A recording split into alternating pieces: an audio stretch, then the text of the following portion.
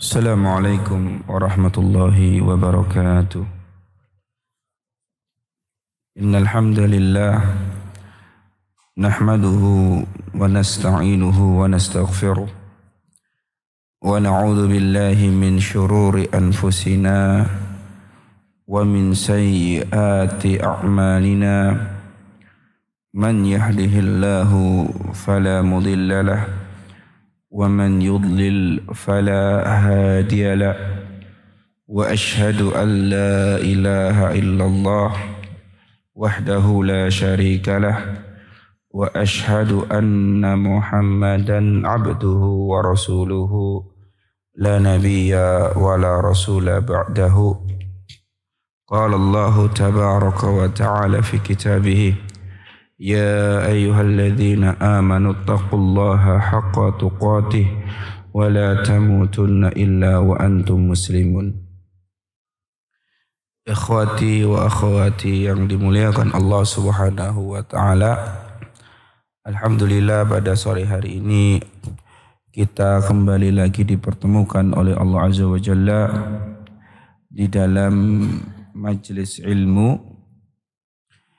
Semoga kita semua memperoleh fadilah serta keutamaan hadir di majelis ilmu sebagaimana yang dikatakan oleh Allah Azza wa Jalla dan juga yang diterangkan oleh Nabi Muhammad sallallahu alaihi wasallam. Kurang dekat gitu ya. Ya.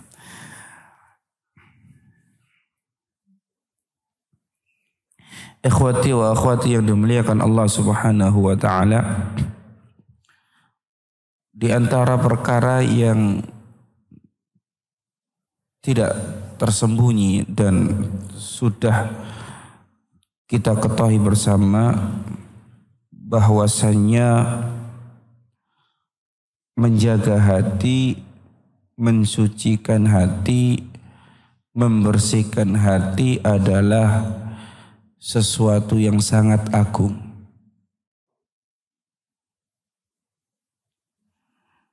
Bagaimanakah seorang membersihkan hatinya? Qad aflaha man zakkaha. Sungguh telah beruntung orang yang mensucikan jiwanya. Caranya adalah bita'atillah, bimtithali awamirillah, dengan melaksanakan perintah Allah, melakukan ketaatan kepada Allah Azza wa Jalla.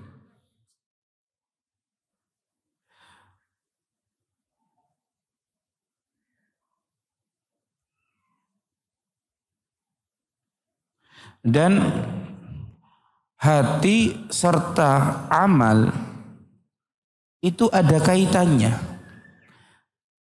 bukan berdiri sendiri. Hati pasti mempengaruhi amal. Tidak ada ceritanya hatinya kotor, amalannya bersih.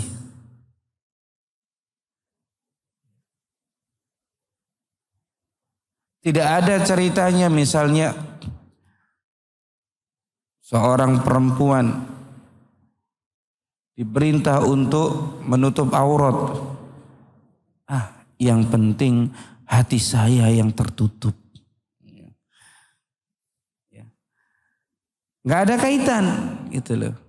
Justru tanda tertutupnya hati, maksudnya bersihnya hati adalah dengan menutup aurat. Karena menutup aurat, baik laki-laki maupun perempuan, adalah bentuk ketaatan kepada Allah Azza wa Jalla. Dan orang yang mentaati Allah Azza wa Jalla, tanda hatinya bersih. Jadi ini antara hati dan amal itu berkaitan.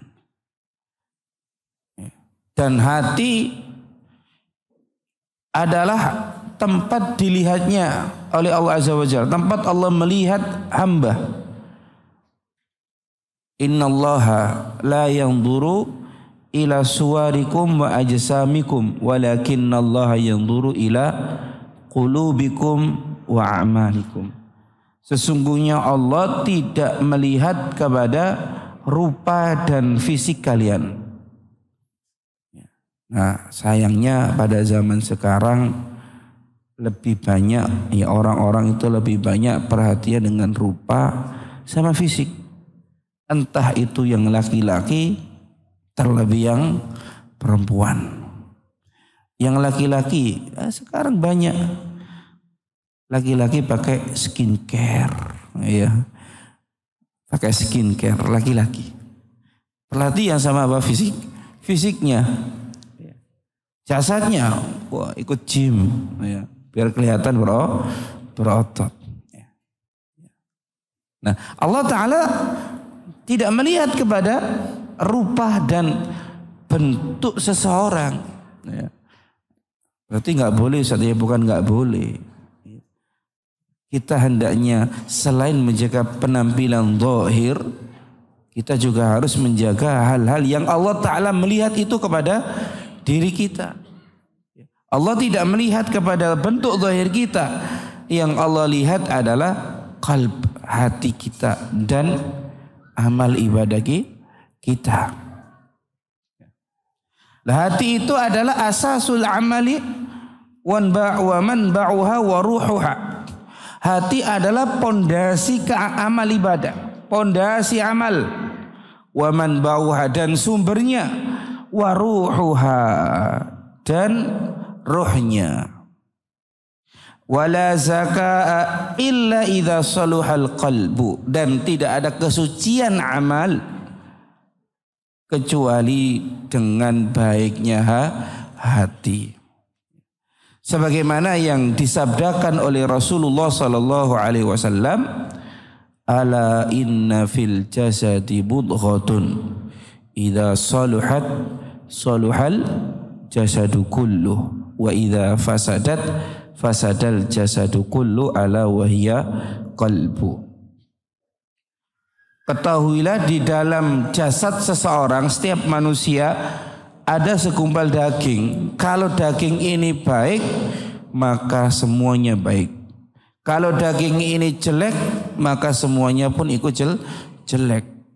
Ketahuilah segumpal daging itu adalah hati. Kita harus perhatian dengan hati kita. Karena hati tempat ketakwaan. Rasul sallallahu alaihi wasallam bersabda, at-taqwa hahuna. Ya, yusir ila sadrihi. Ya, hati qalbun itu hati sini. Ya. Jantung maksudnya.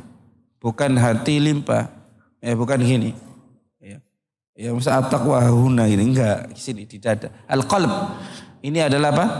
Jantung maksudnya. Ya. At-taqwa hahuna, at-taqwa hahuna, at-taqwa hahuna. Taqwa itu di sini, di dalam hati. Karena yang memiliki amal ini hati yang di dada, bukan hati yang di perut. Ini namanya kabid, ya. Liver. Ya. Kalau ini qalb, ya, jantung, hati. Ya. Orang takut mana yang gemetaran, sini atau sini? Ya, ya.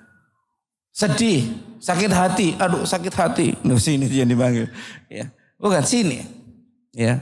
Ya. Jadi yang berdetak, yang memiliki amal, semuanya bisa merasakan bahagia, hatinya yang lapang.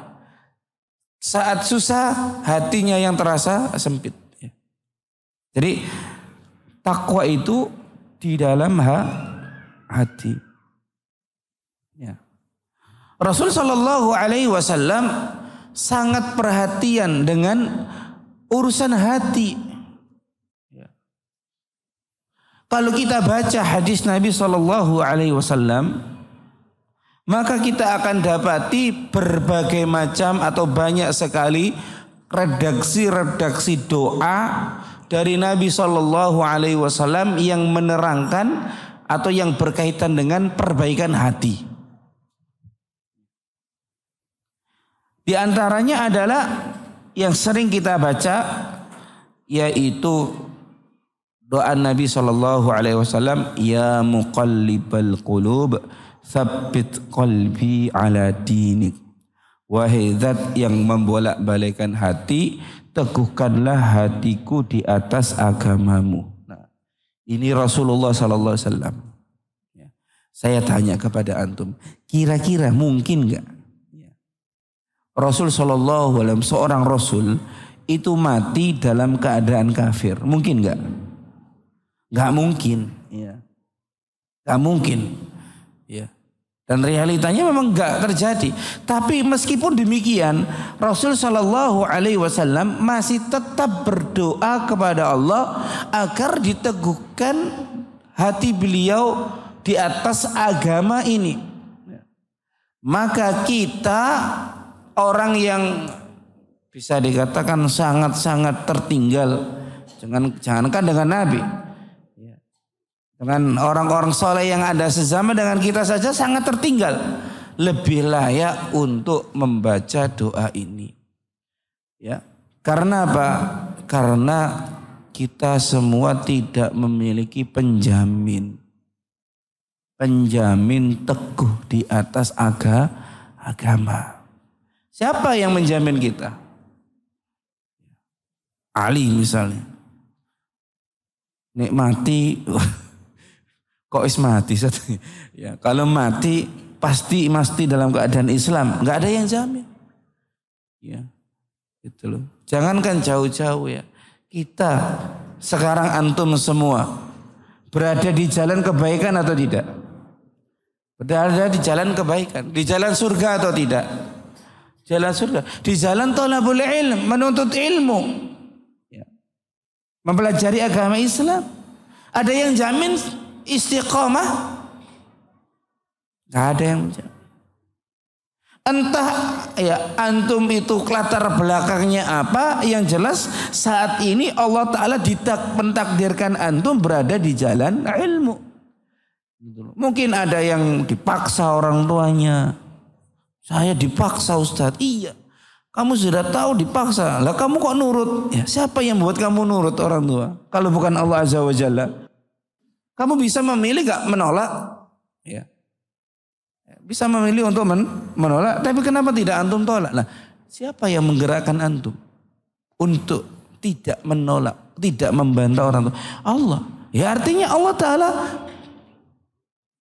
memberikan jalan kebaikan ini melalui apa?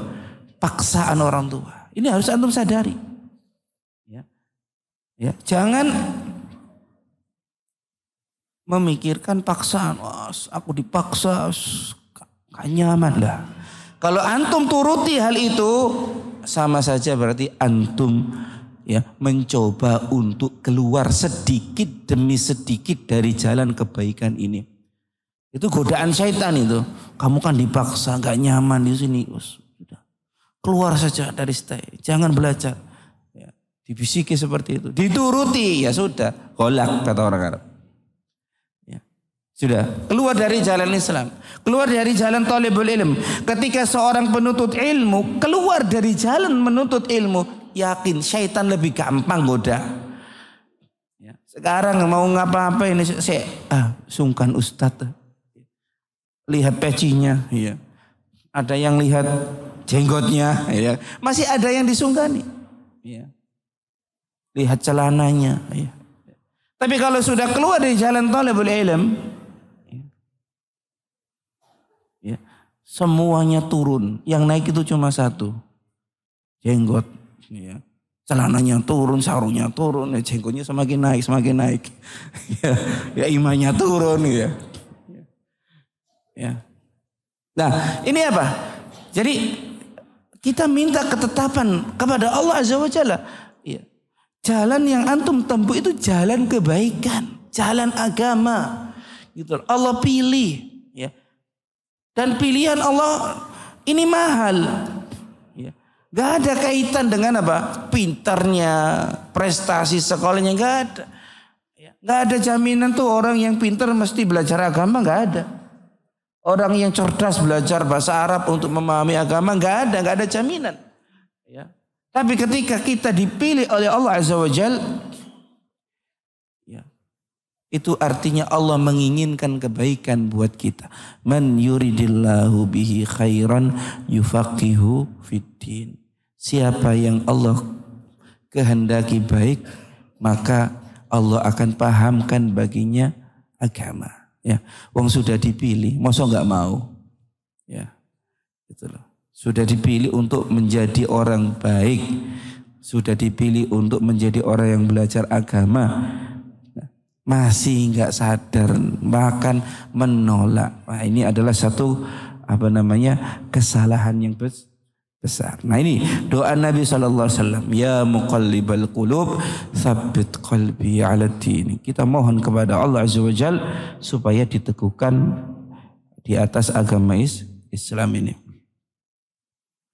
Kemudian juga ada doa yang berbunyi Allahumma naqi qalbi minal khataya. Ya Allah, sucikanlah, bersihkanlah jiwaku dari al khataya, kesalahan-kesalahan, dosa-dosa. Kama naqaita thawbal abyadha minad danas, sebagaimana engkau telah sucikan baju putih dari kotoran. Kemudian juga ada doa yang lain yang berbunyi Allahumma ati nafsi taqwaha wa zakkiha anta khairu man zakkaha anta waliyuha wa maulaha. Ya Allah, berikanlah jiwaku ini ketakwaan. Jadikanlah jiwaku ini bertakwa kepada Allah Azza wa Jalla. Nah, ini dalil bahwasanya ketakwaan itu rezeki, taufik dari Allah Subhanahu wa taala. Ya. Orang bisa taat itu karena taufik. Orang bisa melaksanakan amal saleh itu karena taufik dari Allah Subhanahu wa taala, bukan dari kekuatan dirinya, bukan dari teman dekatnya, ya bukan. Ya, yang pertama kali yang menjadi sebab seseorang takwa kepada Allah adalah Allah itu sendiri yang memberikan taufik. Iyyaka na'budu wa iyyaka nasta'in. Allahumma ati nafsi taqwa wa zakkiha anta khairu man zakkaha.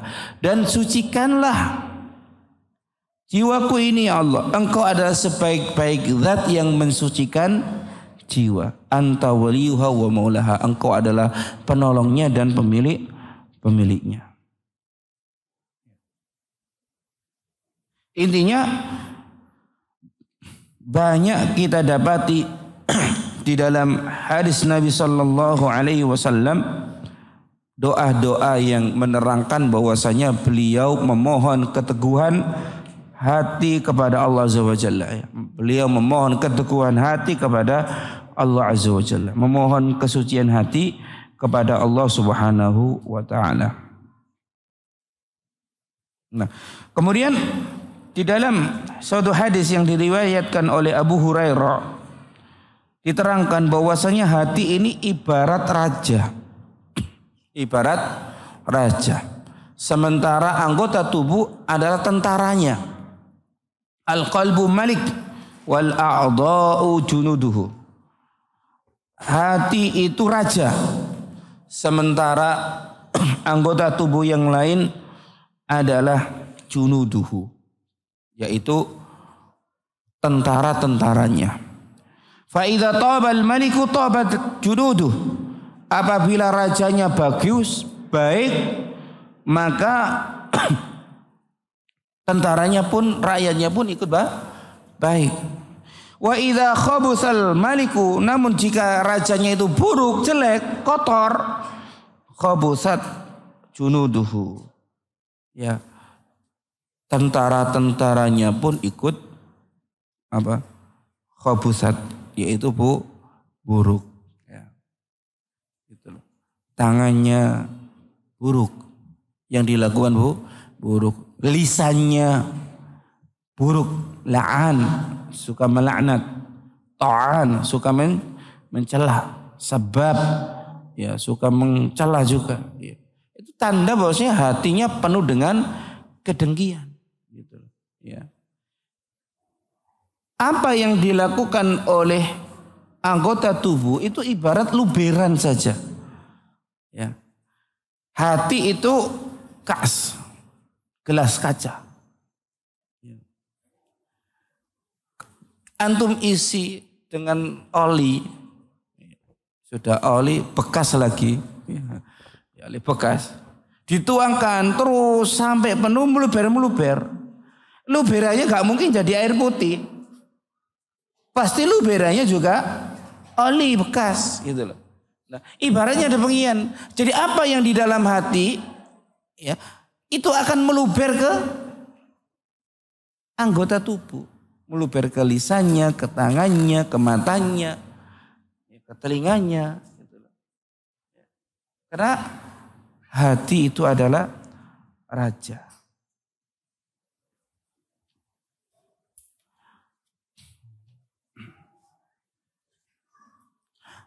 Syekhul Islam Ibnu Taimiyah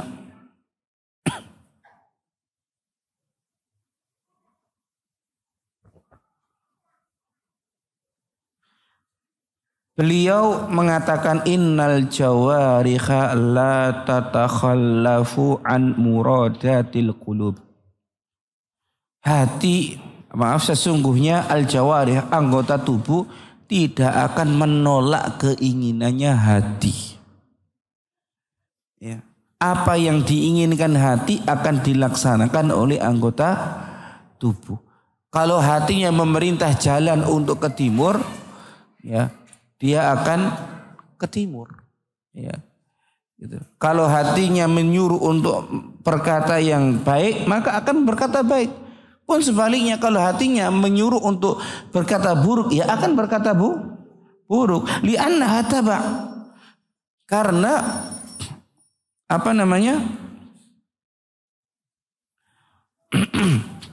hati itu tabak, ngikut.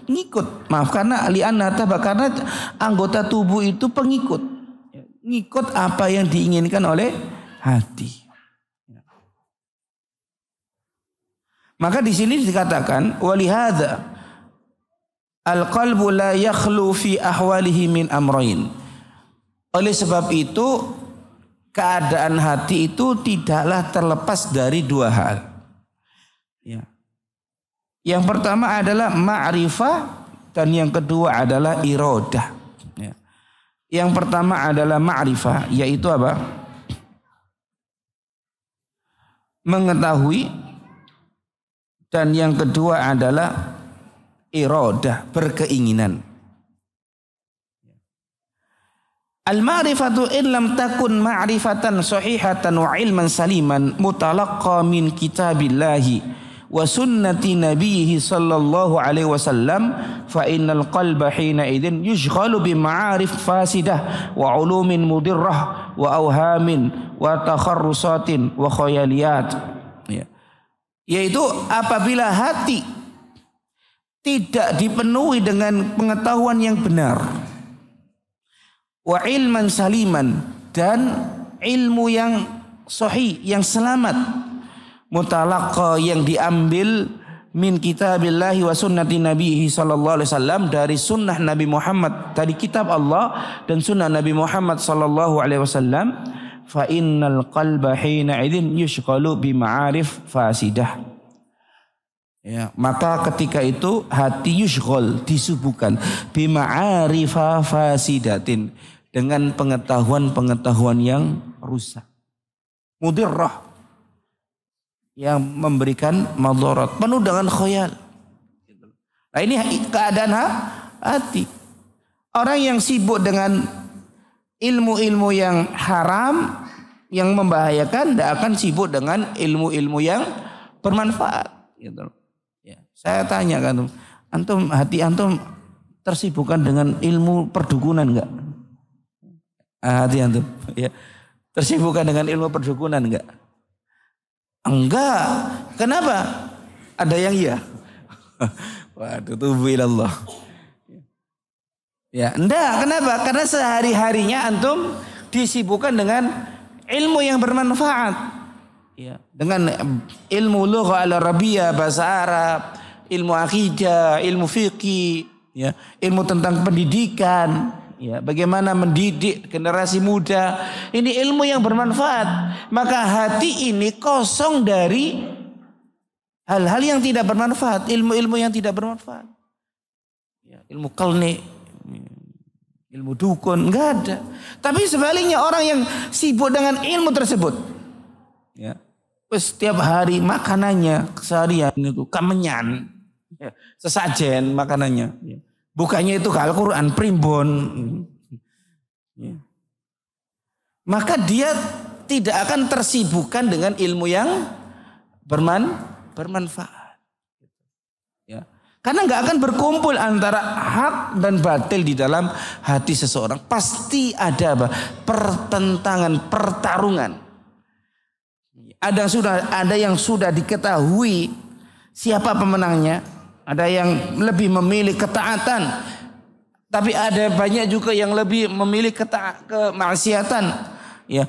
Namun ada juga masih dalam pertentangan.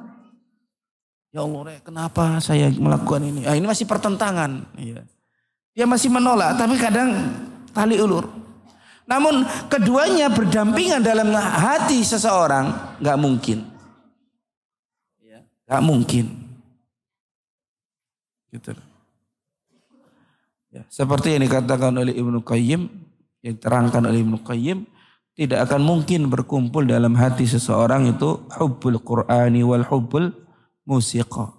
Gak akan berkumpul di dalam hati seseorang itu cinta Al-Quran dan cinta musik. Orang yang suka ke konser musik gak akan mungkin suka ke pengajian. Orang yang suka ke pengajian pun gak akan mungkin suka ke konser musik. Nah, tapi kalau ada orang suka pengajian kok ke konser musik, ini berarti ada masalah, ini lagi konslet hatinya. Ya. Ya. Kenapa? Gak mungkin berkumpul antara apa? Kebaikan dan keburukan dalam hati seseorang. Pasti ada yang mengalahkan salah satu dari keduanya. Ya, ini seperti yang katakan oleh Syekh Abdul Razak, ya, ma'rifah. Jadi kalau seorang hatinya tersibukkan dengan ilmu-ilmu yang bermanfaat, maka hatinya akan lupa dari atau tidak akan menoleh kepada ilmu-ilmu yang tidak ada manfaatnya. Hati seseorang misalnya kalau sudah dipenuhi kecintaan terhadap akhirat, ya, maka dia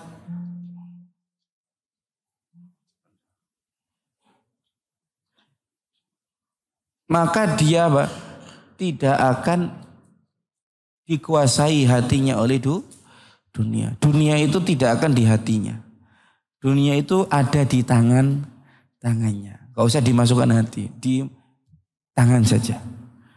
Kalau dunia dimasukkan dalam hati, bisa-bisa menjadikan buta. Ya, bisa-bisa kehilangan dunia, hatinya yang sakit. Bisa-bisa nggak mau memberi. Tapi kalau dunia itu di tangan, ya, maka ketika kehilangan, hatinya akan berkata semua itu titipan Allah. Ketika dunia itu di tangan, kalau ada orang yang membutuhkan, maka dia akan salurkan. Ya. Jadi keadaan hati yang pertama adalah ma'rifah. Yang kedua adalah al-iradah, yaitu keinginan. Sebentar ya.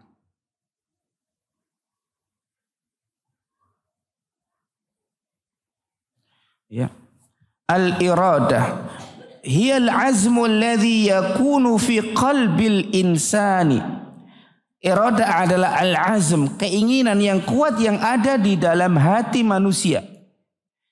Fa idza lam yakun fil qalbi azmun shadiqun, maka apabila tidak ada di dalam hati seseorang itu azmun shadiqun, keinginan yang jujur, ala taatillah, untuk mentaati Allah, wal qiyami bil ilmi, dan mengamalkan ilmu alladzi ta'allamahu, yang ia pelajari, ya,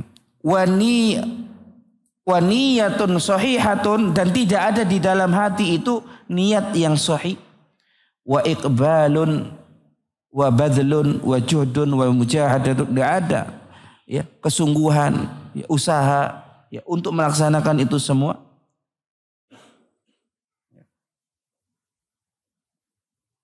Malah yang ada adalah merendahkan hatinya sendiri.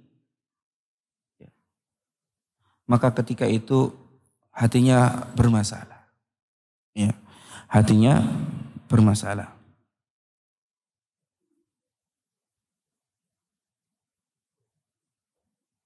Nah, perhatikan ayyuhal ikhwah.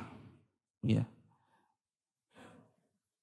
Jangan sampai kosong dari hati kita untuk berkeinginan menjadi orang yang lebih baik. Karena semuanya itu bermula dari keinginan. Bermula dari azam. Ini kunci. Kalau hati kita kosong dari keinginan menjadi baik, maka ketika melakukan kesalahan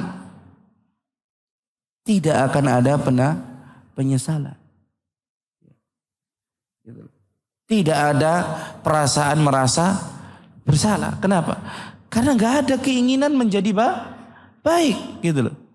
Ya, keinginan menjadi baik itu ibarat lampu yang akan menerangi antum. Lampu yang ada yang perlu untuk diperbesar dan semakin diterangkan. Ya, kalau baca sekarang ya ditambah wattnya lah. Ya, awalnya 5 watt jadi 10 watt. Ya, nanti akhirnya jadi lampu stadion ya. Terang. Ya semakin terang gitu. Ya, dijaga. Tapi kalau lampu itu sudah redup, dipadamkan sekalian, maka dari mana akan ada muncul kebaikan? Akan berubah menjadi lebih baik. Kamu sendiri nggak mau. Dinasehati kayak apapun nggak akan berpengaruh. Kata orang Jawa itu diobong gak maafkan, dicomno banyu ora teles. Dikasih korek nggak nyala, dicelupkan air ya, direndam air nggak basah. Itu ibarat apa? Wes dikasih nasihat kayak apapun nggak berpengaruh. Salah satu sebabnya adalah karena memang tidak ada keinginan untuk menjadi baik, gitu. Nah, ini harus antum pahami. Kemudian jujurlah dalam berkeinginan menjadi lebih baik.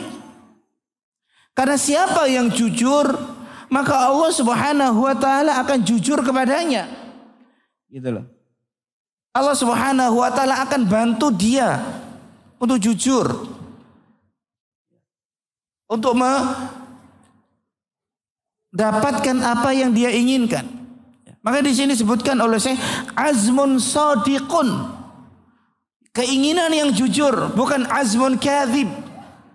Keinginan yang dusta, bukan. Tapi benar-benar jujur, ingin melaksanakan ketaatan kepada Allah Subhanahu wa taala. Hatinya itu jujur. Ya.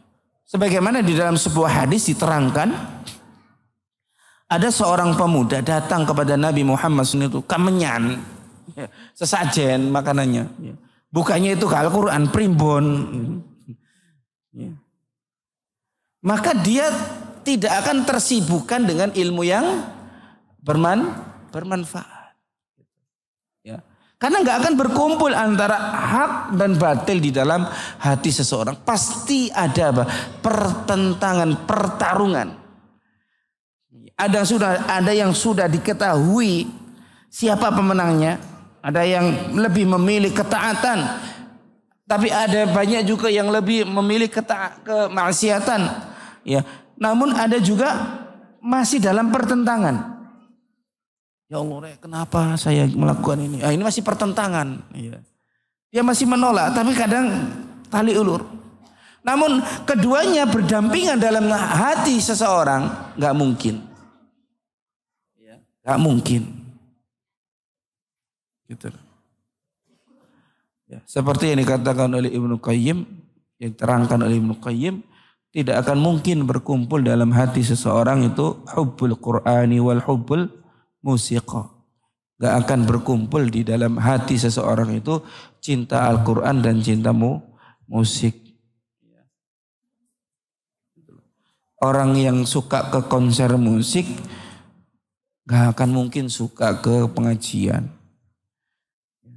Orang yang suka ke pengajian pun gak akan mungkin suka ke konser musik. Nah, tapi kalau ada orang suka pengajian kok ke konser musik, ini berarti ada masalah, ini lagi konslet artinya. Ya. Ya. Kenapa? Gak mungkin berkumpul antara apa? Kebaikan dan keburukan dalam hati seseorang. Pasti ada yang mengalahkan salah satu dari keduanya. Ya, ini seperti yang katakan oleh Syekh Abdul Razak. Ya, ma'rifah. Jadi kalau seorang hatinya tersibukkan dengan ilmu-ilmu yang bermanfaat, maka hatinya akan lupa dari atau tidak akan menoleh kepada ilmu-ilmu yang tidak ada manfaatnya. Hati seseorang misalnya, kalau sudah dipenuhi kecintaan terhadap akhirat, ya, maka dia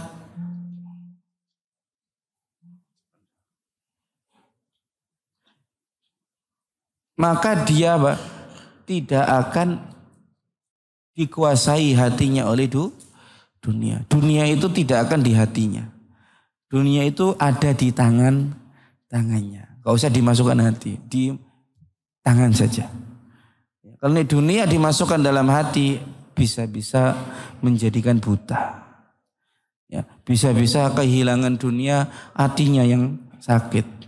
Bisa-bisa gak mau memberi. Tapi kalau dunia itu di tangan, ya, maka ketika kehilangan, hatinya akan berkata semua itu titipan Allah. Ketika dunia itu di tangan, kalau ada orang yang membutuhkan, maka dia akan salurkan. Ya.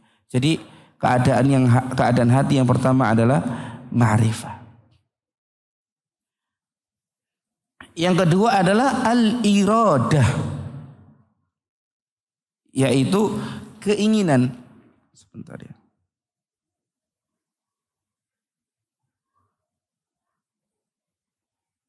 Ya. Al-iradah hiya al-azmu alladhi yakunu fi qalbil insani. Iradah adalah al-azm, keinginan yang kuat yang ada di dalam hati manusia. Fa idza lam yakun fil qalbi azmun shadiqun, maka apabila tidak ada di dalam hati seseorang itu azmun shadiqun, keinginan yang jujur, ala taatillah, untuk mentaati Allah, wal qiyami bil ilmi, dan mengamalkan ilmu alladzi ta'allamahu, yang ia pelajari, ya, nuntut ilmu. Kalau niatnya ke setai, pengen jadi lulusan setai, ben gampang cari istri misalnya. Lulusan setai gampang untuk ngelamar anak orang. Nah, kalau niatnya itu misalnya, ya, maka jangan heran kita ini susah mengamalkan ilmu. Ya. Tapi kalau niat kita sejak awal adalah belajar ilmu, ingin mengamalkan ilmu, insya Allah Allah Subhanahu wa ta'ala akan memberikan kemudahan bagi kita untuk mengamalkan ilmu. Gitu. Dan ilmu agama ini, ya, harus diamalkan. Ini yang membedakan antara ilmu agama dengan ilmu-ilmu yang lain. Orang yang punya ilmu agama harus mengamalkan, harus mengajarkan alias mendakwahkan.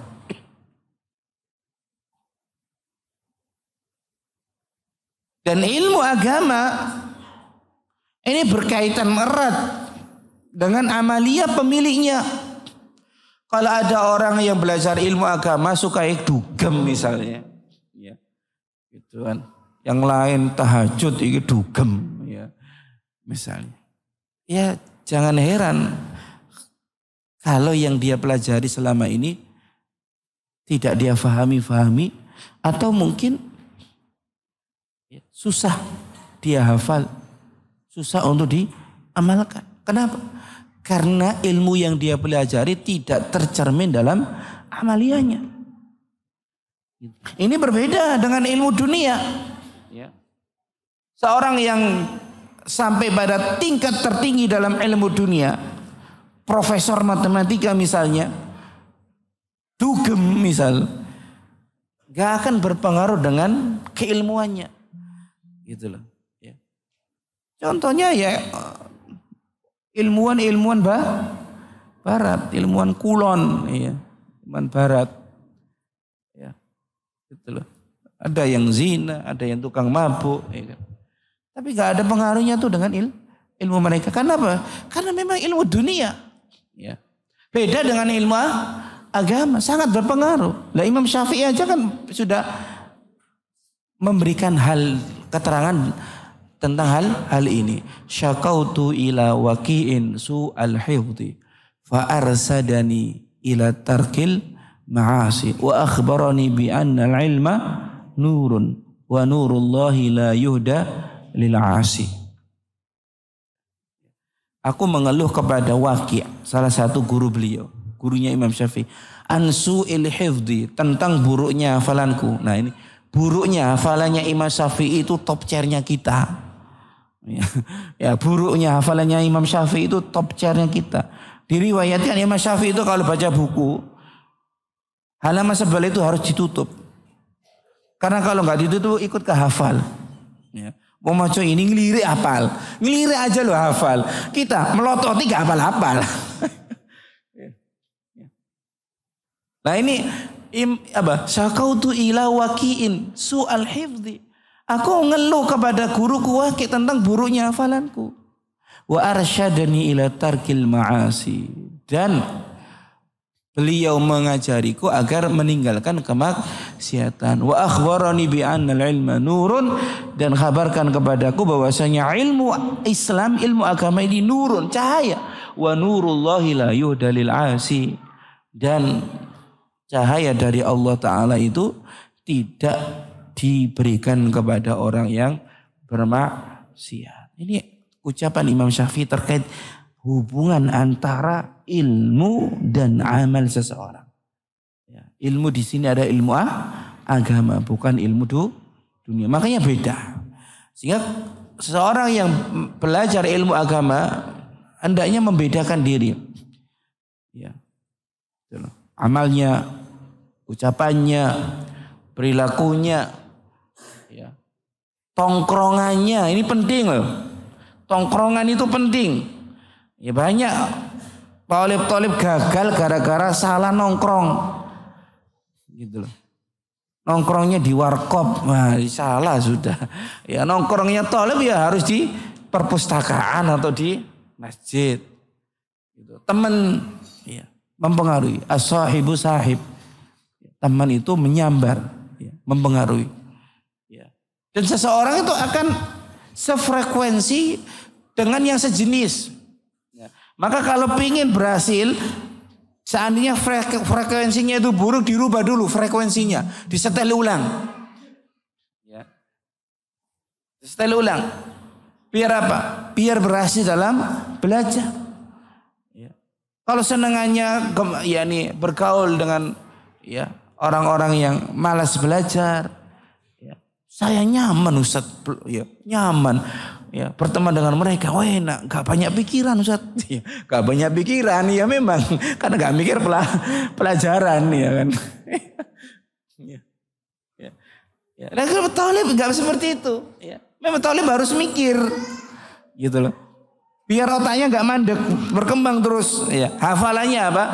Semakin bagus, ya karena hafalan, pemahaman itu ibarat pisau. Ya. Pisau kalau sering dipakai nggak akan karaten, malah akan semakin tajam. Apalagi kalau dipakai ngupas nanas sama tebu, walah beli tajam. Ya. Nah itu pelajar. Kalau memang sudah ketahuan, oh ini gara-gara teman ini, ya, gara-gara ya ini teman gaul saya, ini harus dirubah, harus dijauhi sedikit demi sedikit. Ya, gitu. Biar apa? Biar bisa belajar dengan baik. Nah ini Jadi kita memang harus apa? Pertama, di dalam belajar itu tujuan utamanya, niat utamanya adalah untuk mengamalkan ilmu yang kita pelajari. Jangan selain itu. Mungkin kalau awalnya bukan karena lillah, bukan ikhlas, bukan karena ingin amal, awalnya tidak masalah, tapi segera rubah, gitu loh. Ya. Terus belajar, bukan dengan meninggalkan belajar. Ustadz, saya ini kan memang nggak niat Ustadz. Daripada saya nggak niat, nggak dapat pahala, mending nggak sekalian Ustadz. Nah ini salah juga, ya, gitu loh. Ya. Ibaratnya itu di kapal tengah laut, terus kakinya itu kena air laut. Waduh, basah. Dari basah nyemplung sekali, ya monggo nyemplung. Ya, kalau mau tenggelam. Seperti itu. Ya, jangan. Syekh Shalih Al-Utsaimin hafizahullah taala, beliau menerangkan ada seorang ulama dulu belajar, niatnya bukan karena ilmu, ya. Tapi karena dunia. Namun terus belajar hingga akhirnya beliau merubah niat beliau. Ya. Dikatakan ta'allamtul ilma biduni niyatin faja'at an niyatu ba'du. Ya, ada salah seorang ulama yang dibawakan oleh Syekh Shalih Al-Utsaimin mengatakan ta'allamtul ilma biduni niyatin. Aku belajar ilmu agama biduniyatin, tanpa ada niat, gitu loh. Maksudnya nggak ikhlas, li ajli dunia. Ya, faja'atin niyatu ba'du. Maka niat pun datang setelahnya. Setelah apa? Terus belajar dan terus belajar. Ya ini. Maka kata Syekh Abdul Razak, islahul qalbi innama yakunu bil amraynil mutaqaddimaini. Al-ma'rifati wal iradati. Maka memperbaiki hati itu ada pada dua hal, yaitu ma'rifah dan iradah. Yaitu al-ma'rifatu sahihatu billahi. Ya. Ma'rifah yang sahihah, pengetahuan yang sahihah, yang benar tentang Allah Subhanahu wa taala. Wa bima yuhibbuhullah, serta pengetahuan yang benar terhadap apa-apa yang dicintai oleh Allah. Wa bima yuqarribu ilallah, serta apa yang mendekatkan kepada Allah Subhanahu wa taala. Mengetahui kitab Allah, mengetahui sunnah Rasul sallallahu alaihi wasallam, mengetahui pondasi-pondasi keimanan, hakikat agama, dasar-dasar keyakinan, ya, mengetahui itu semua. Ya. Ini cara untuk apa? Memperbaiki hati. Otomatis apa? Dengan banyak mempelajari agama. Tidak lepas dari belajar agama. Semuanya. Ya, siapapun profesinya wajib belajar agama. Seorang dokter wajib belajar agama.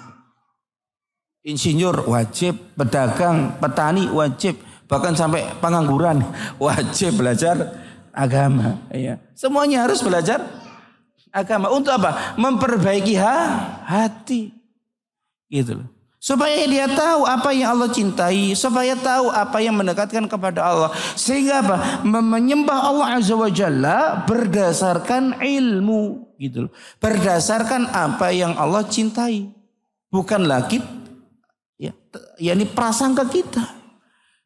Mungkin ini ya yang dicintai Allah. Mungkin ini ya yang mendekatkan diri kepada Allah. Mungkin ya. Baik menurut dia, belum tentu baik menurut Allah. Makanya kan kalau ada orang mengamalkan misalnya baca surat Al-Baqarah ayat 1 sampai 100 sebelum adzan. Jadi muadzin, ya, seumpama ada yang mengamalkan ini, sebelum adzan baca dulu Al-Baqarah ayat 1 sampai 100. Ya. Biar sekalian enggak Al-Fatihah gitu loh. Kok Al-Fatihah terus? Kadang-kadang Al-Baqarah lah. Dia tegur, lu nggak ada dalilnya mas. Loh, tapi kan baca Al-Quran kan baik. Ya. Nah kan, menurut dia baik. Kita tanya ulang, baik menurut siapa? Menurut kamu atau menurut Allah? Menurut Rasulullah? Ya. Kalau menurut Allah dan Rasulullah tentu ada keterangannya di dalam dalil, baik Al-Quran maupun hadis. Kalau nggak ada keterangan berarti baik menurut kamu, tapi nggak baik menurut Allah Azza wa Jalla. Nah, ini apa? Ini bisa dilakukan kalau punya ilmu. Ya. Tapi kalau nggak ada ilmu, nggak punya ilmu, nggak tahu mana yang baik, mana yang buruk, mana yang mendatangkan ridha Allah, mana yang tidak mendatangkan ridha Allah, ya semuanya akan dilakukan. Jadi ini islahu, ya, berupa al-ma'rifatus sahihatu billah. Kemudian yang kedua adalah thumma al-iradah. Yaitu iradatul khair wal himmatu wal azmu 'alal qiyami bi ta'atillah. Berkeinginan untuk melakukan kebaikan, ya, berkeinginan untuk melaksanakan ketaatan kepada Allah Subhanahu wa taala. Tapi bukan sekedar berkeinginan, namun keinginan tersebut adalah keinginan yang jujur.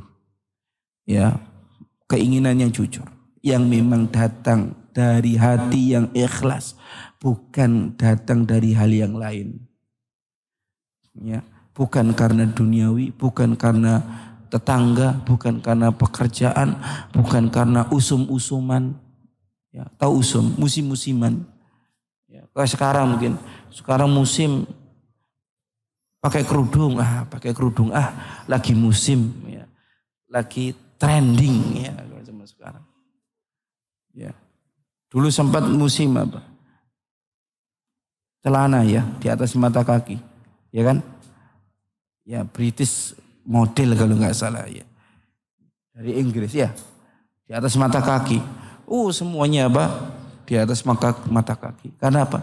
Ikut tren yang sedang booming. Bukan itu. Tapi al-azmus shadiq. Ya, keinginan yang jujur yang datang dari hati ikhlas ingin melaksanakan ketaatan kepada Allah Subhanahu wa taala.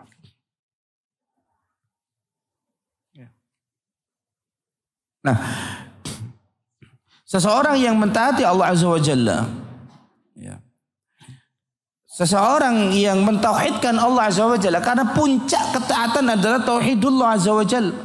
Fa inna a'zamu ma amara Allah bihi at-tauhid, kama qala Syekh Muhammad Ibn Abdul Wahab. Ya, perintah Allah yang terbesar adalah tauhid, akidah yang benar. Seorang ketika akidahnya benar, maka hatinya pasti akan lembut. Ya, di antara ciri tanda hati yang lembut adalah ciri, ya, dia mudah dinasehati. Ya, kita silakan cek hati kita. Gak peduli siapa yang menasihati, entah itu orang yang sepadan atau orang yang di bawah.